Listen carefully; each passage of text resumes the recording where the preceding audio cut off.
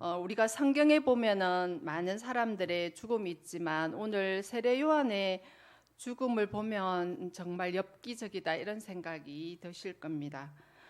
하지만 그 세례 요한의 죽음이 우리가 본문을 읽어보면 헛될 수 없다고 생각하는데 인간적으로 보면 그 딸 아이의 여자의 춤값으로 이 목을 선지자의 목을 벤다는 것이 참 저도 성경을 읽을 때 참 이해가 안 되고 하나님 왜 이런 것을 허락하셨을까 이런 생각까지 사실 들었습니다. 그런데 오늘 이렇게 요한이 자기의 사명을 다 감당하고 이제 자기의 무대에서 떠난 뒤로 이제 예수님의 사역이 시작되는 것을 우리가 오늘 읽은 13절 본문부터 시작됩니다. 오늘 본문을 통해서 하나님 주시는 은혜를 나누기를 바랍니다. 우리 1절, 2절 보겠습니다. 그때에 분봉왕 헤롯이 예수의 소문을 듣고 그 신하들에게 이르되 이는 세례 요한이라 그가 죽은 자 가운데서 살아났으니 그러므로 이런 능력이 그 속에서 역사하는도다. 성경에 헤롯이란 이름이 이제 여러 번 나오는데 오늘 본문에 있는 이 헤롯은 헤롯 안디바 또는 이제 헤롯 안티파스라고 부르는데 예수님이 태어났을 때 2세 이하의 남자 아이들을 모두 죽이는 이제 유아 살해 사건이 있었습니다. 그 일을 행한 사람이 헤롯 대왕이거든요. 그 헤롯 대왕의 아들이 오늘 본문에 있는 헤롯 안티파스입니다.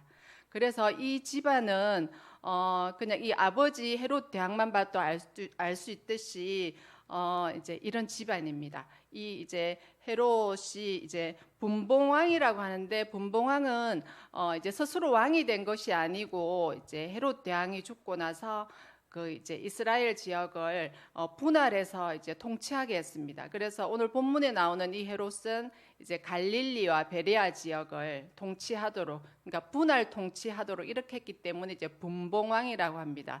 그래서 그냥 왕의 호칭은 있지만 그냥 일종의 중세 시대의 영주 같은 그런 역할을 한다고 보시면 됩니다. 그런데 이때도 이제 분봉왕이었지만 굉장히 이제 권력이 있는 그런 자리였습니다. 그래서 오늘 이제 이 헤롯 안티파스가 이제 갈릴리와 이제 베레아 지역을 이제 통치하고 있을 때 예수님의 소문을 듣게 됩니다. 예수님이 이제 갈릴리 여러 지역에서 이제 기적을 많이 행하고 이제 죽은 사람도 살리고 이런 이제 능력을 듣는데 이제 헤롯이 이제 불안해집니다.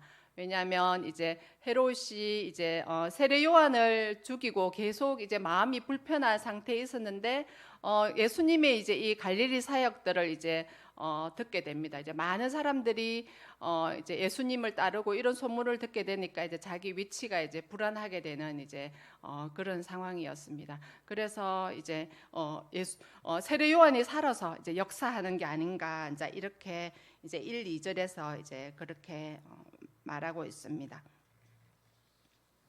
자, 세례 요한을 죽이고 굉장히 이제 양심의 가책을 느끼고 이제 괴로웠는데 만약에 이제 자신이 죽인 세례 요한이 정말 이제 부활한 것이라면 이제 매우 이제 두려운 일이 되는 것입니다. 3절 4절에 보겠습니다. 전에 헤롯이 그 동생 빌립의 아내 헤로디아의 일로 요한을 잡아 결박하여 옥에 가두었으니 이는 요한이 헤롯에게 말하되 당신이 그 여자를 차지한 것이 옳지 않다 하였습니다. 이제 세례 요한이 이제 옥에 갇힌 이제 사유가 이제 소개됩니다. 전에 헤롯이 자신의 이복 동생 헤롯 빌립 아내가 이제 헤로디아입니다. 그러니까 지금 제수를 자기 아내로 취한 것입니다. 이제 헤로디아와 제수와 이제 시 아주버님이 이제 눈이 맞은 겁니다. 그래서 이제 자신의 이제 이복 동생을 취한 것인데 세례 요한은 모세의 율법을 가지고 이제 이들을 아마 책망했을 겁니다. 레위기 18장 16절에 보면 이렇게 나옵니다. 너는 내 형제의 아내의 하체를 범하지 말라. 이는 내 형제의 하체니라. 또 20장 21절에 보면 누구든지 그의 형제의 아내를 데리고 살면 더러운 일이라. 그가 그의 형제의 하체를 범함이니 그들에게 자식이 없이 죽으리라 이제 이렇게 말씀하고 있는데 이 헤롯은 이제 제수 헤로디아를 이제 아내로 이제 맞이하기 위해서 이제 첫 번째 부인은 이제 돌려보냅니다. 이런 이제 왕실의 이제 부패한 죄를 이제 세례 요한이 이제 직접적으로 이제 책망한 것입니다. 당신이 그 여자를 차지하는 것이 이제 옳지 않다 이렇게 이제 공개적으로 이제 책망을 했습니다. 이 일로 이제 헤롯은 이제 세례 요한을 이제 옥에 가두게 되는데 사실 뭐 당장 죽이고 싶었겠죠.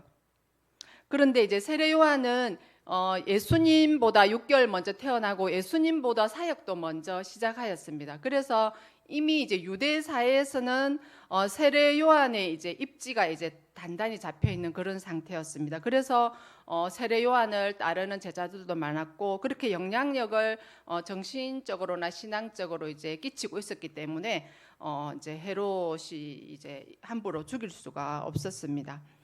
또 이제 마가복음의 6장 20절에 보면 헤롯이 요한을 어렵고 거룩한 사람으로 알고 두려워하여 보호하며 또 그의 말을 들을 때에 크게 번민을 느끼면서도 달게 들음이르라 이제 이렇게 이제 헤롯이 그 요한의 말씀을 듣고 그 의미를 생각하고 이제 달게 들었다 이런 말씀을 보면 우리는 헤롯은 이제 무조건 나쁘고 이제 이렇게만 생각하는데 이런 이제 본문 말씀들을 보면 이제 세례 요한이 끼친 영향이 굉장히 크다는 걸 이제 알 수 있습니다. 헤롯은 자신의 죄를 책망하면 괴로워하면서도 이제 요한의 설교를 듣는 것을 좋아했던 것으로 보입니다. 헤롯은 요한과 같은 시대를 살면서도 회개할 기회를 주는 설교와 책망을 들으면서도 그 말씀을 자신에게 적용하고 돌이키지는 못했습니다. 진리의 말씀을 듣고 감상하는 것은 좋아했지만 죄를 버리는 것은 싫어했습니다. 헤롯은 사람들로부터 얻는 인기와 또 사람들의 칭찬에 좌우되는 사람들이었습니다. 우리는 어떻습니까? 우리도 많은 설교를 듣지만 얼마나 순종하며 하나님 뜻대로 사는지 돌아보게 됩니다. 우리도 많은 경우에 말씀을 깨닫고 공감하지만 어떤 이 말씀이 이제 적용해야 될 상황에서는 우리는 하나님의 반대편에 설 때가 얼마나 많습니까? 하나님을 믿는 우리는 말씀을 삶 속에서 살아내는 데까지 이룰 수 있도록 그렇게 되도록 우리 함께 노력해 봤으면 좋겠습니다. 자, 5절을 보겠습니다. 헤롯이 요한을 죽이려 하되 무리가 그를 선지자로 여김으로 그들을 두려워하더니 헤롯은 이제 요한이 죽이고 싶도록 미웠지만 요한이 이렇게 이제 유대 사회에서 이제 큰 영향을 끼치고 있었기 때문에 또 이제 민심이 두려웠습니다.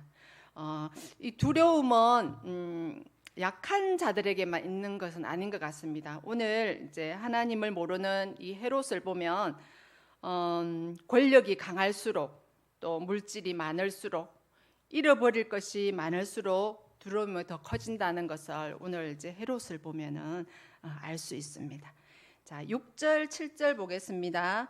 마침 헤롯의 생일이 되어 헤로도의 딸이 연석 가운데서 춤을 추어 헤롯을 기쁘게 하니 헤롯이 맹세로 그에게 무엇이든지 달라는 대로 주겠다고 약속하거늘. 이제 그러다가 이제 결정적인 날이 되었습니다. 헤롯의 생일에 헤로디아의 딸이 춤을 춥니다. 우리 성도님들도 아마 영화들을 보셨을 겁니다. 그 중동 여자들이 추는 그 배꼽춤 있잖아. 이렇게 딸랑거리면서 액세서리도 이제 달리고 이제 그 춤이 이제 얼마나 환상적이었겠습니까? 그래서 이제 이 춤을 보고 헤롯은 기분이 좋아져서 딸에게 네가 원하는 것은 모두 주겠다고 이제 그렇게 합니다. 그리고 이제 마가복음 6장 23절에는 나라의 절반까지도 주겠다고 합니다. 이 나라는 헤롯의 것이 아닌데 이제 허풍쟁이 헤롯은 이제 나라까지 주겠다고 이제 약속을 해버립니다. 헤롯은 다른 사람들로부터 이제 이런 평가를 받고 싶었겠죠. 야, 참 대단하다, 멋지다, 화끈하다, 아마 이제 이런 평가도 받고 싶었을 겁니다. 자, 8절, 11절 보겠습니다. 8절에서 11절까지 그가 제 어머니의 시킴을 듣고 이르되 세례 요한의 머리를 소반에 얹어 여기서 내게 주소서 하니 왕이 근심하나 자기가 맹세한 것과 그 함께 앉은 사람들 때문에 주라 명하고 사람을 보내어 옥에서 요한의 목을 베어 그 머리를 소반에 얹어 그 소녀에게 주니 그가 자기 어머니에게로 가져가니라. 놀랍게도 이 아이는 이제 어머니 헤로디아가 시키는 대로 요한의 머리를 소반에 담아오도록 그렇게 구합니다. 이 모든 것이 아마 헤롯보다도 이제 헤로디아가 더 요한을 죽이고 싶었을 겁니다. 그래서 이제 눈에 가신 이 세례 요한을 이제 죽이려고 아마 이 세례 요한의 머리를 소반에 담아오는 것도 아마 다 이 헤로디아 이제 어머니 헤로디아의 아마 계획대로 아마 된 것 같습니다. 그러나 이제 헤롯이 이제 잠시 근심을 합니다. 그가 맹세한 것을 지키라는 바람에 결국 이제 죽이도록 명령을 내립니다. 사형을 집행하는 어떤 절차도 없이 그냥 이 말 한마디에 요한은 죽임을 당합니다. 소반에 올려진 요한의 머리는 생일 잔치가 한창 벌어지고 있는 그 현장에서 이 모든 것을 계획한 어머니 헤로디아에게로 가져갑니다. 헤롯은 전에 감옥에만 가두고 사람들이 두려워서 사실 요한을 죽이지 못했습니다. 그런데 이번에는 그 생일 잔치에 그 모인 그 사람들 때문에 또 두려워서 자존심과 체면을 구길 수 없어서 선지자 세례 요한을 죽이는 죄를 짓고 맙니다. 헤롯은 정욕적인 결혼을 했고 사람들의 비위를 건드리지 않고 인기 정책을 잘 사용해서 왕의 자리를 차지하며 살았습니다. 그러나 헤롯은 정신적으로 행복하지 않았고 또 하나님 앞에서는 살인자가 되었습니다. 세례 요한은 어떻습니까? 인간적으로 보면 행복해 보이지 않습니다. 그러나 세례 요한은 자기가 옳다고 생각하는 것을 위하여 살았습니다. 왕이라고 해도 그 앞에서 담대히 회개를 외치는 사람이었습니다. 진리에 대한 그의 열정이 얼마나 대단했는지 알 수 있습니다. 죄가 있는 곳이라면 어디든지 찾아가서 책망할 용기가 있는 사람이었습니다. 하나님 앞에서 가장 영광스러운 죽음은 진리를 위하여 죽는 것입니다. 세상적인 눈으로 보면 비참한 죽음이지만 하나님 앞에서 세례 요한의 죽음은 바로 순교입니다. 우리도 세례 요한의 삶처럼 진리를 위해 살고 진리와 함께 고난을 받고 그리고 진리를 위해서 죽을 수도 있는 그런 자세로 살았으면 좋겠습니다. 자, 12절에서 13절 보겠습니다. 요한의 제자들이 와서 시체를 가져다가 장사하고 가서 예수께 아뢰니라. 예수께서 들으시고 배를 타고 떠나사 따로 빈들에 가시니 무리가 듣고 여러 고을로부터 걸어서 따라간지라. 세례 요한의 제자들은 요한의 시체를 가져다가 장사하고 예수님께 이 사실을 알립니다.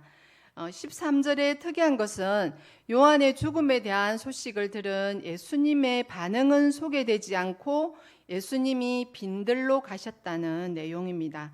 그리고 13절 이후로 보면 오병이어의 기적이 나옵니다. 요한의 제자들이 스승의 죽음을 예수님께 알리는 내용은 사복음서 중에서 저자 마태만이 소개하고 있습니다. 이것은 무엇을 의미할까요? 세례 요한의 죽음은 예수님의 죽음을 암시하고 있습니다.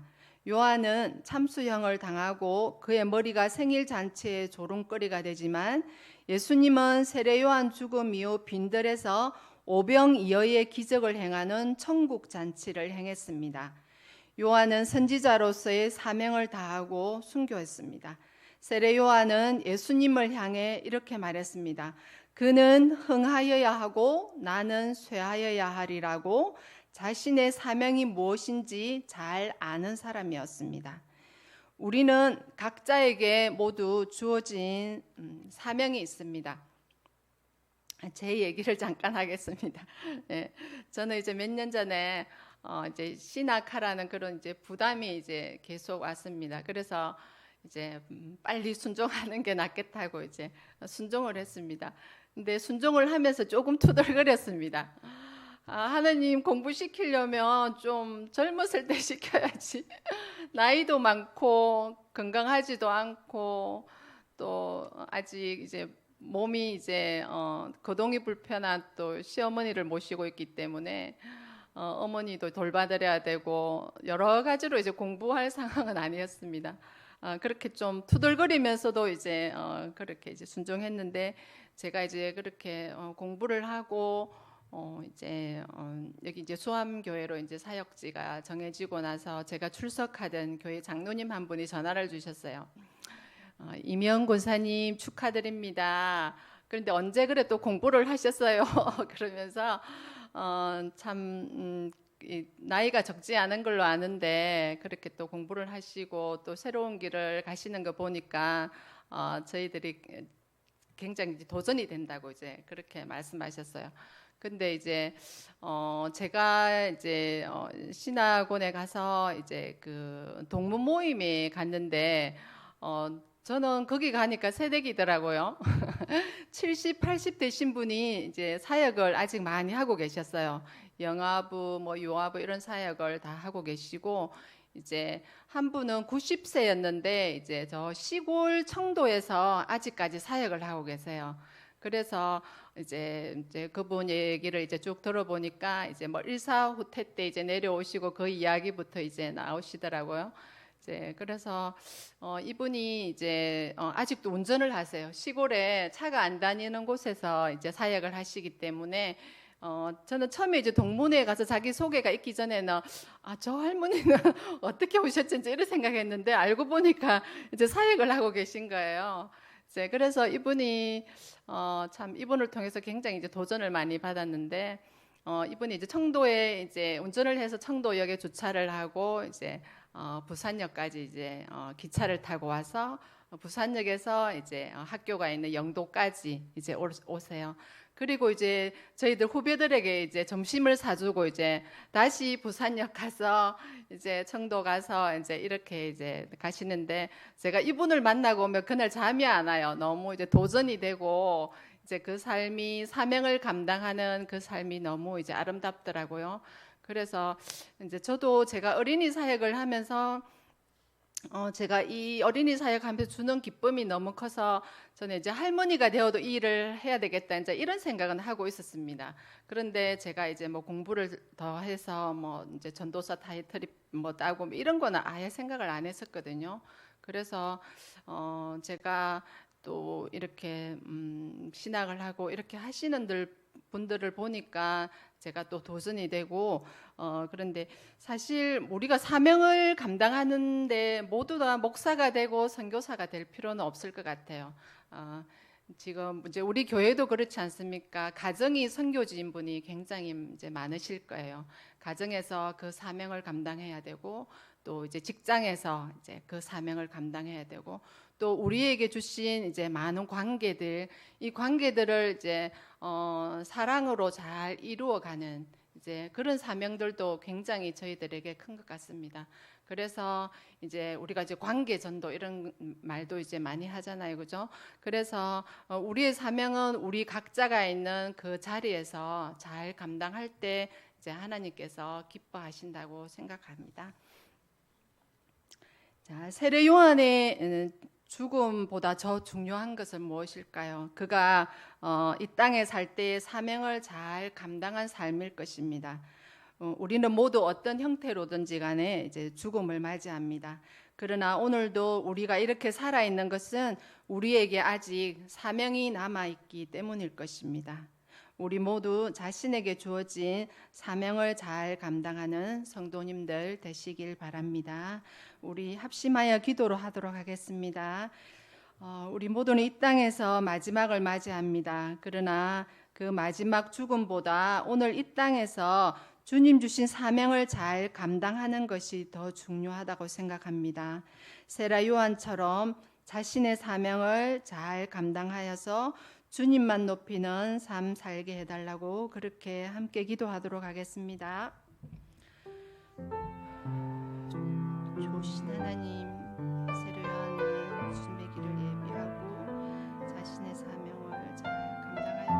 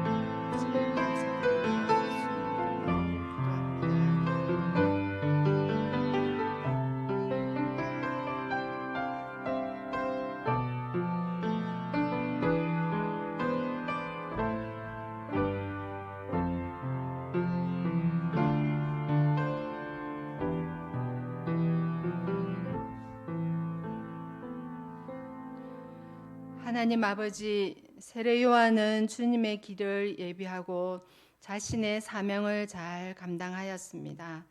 주님은 흥하여야 하고 자신은 쇠하여야 하리라고 놀라운 고백으로 그가 어떤 마음으로 주님의 사역을 예비했는지 보게 됩니다. 하나님, 우리가 높아지고자 하는 우리의 연약하고 제약된 본성을 주님 아시오니 우리를 겸손하게 순종의 삶을 살 수 있도록 도와주셔서 길이요 진리요 생명이신 주님만 높이고 우리는 하나님 앞에 순종하기만 하는 복된 삶을 살 수 있도록 도와주시옵소서. 예수님 이름으로 기도합니다. 아멘.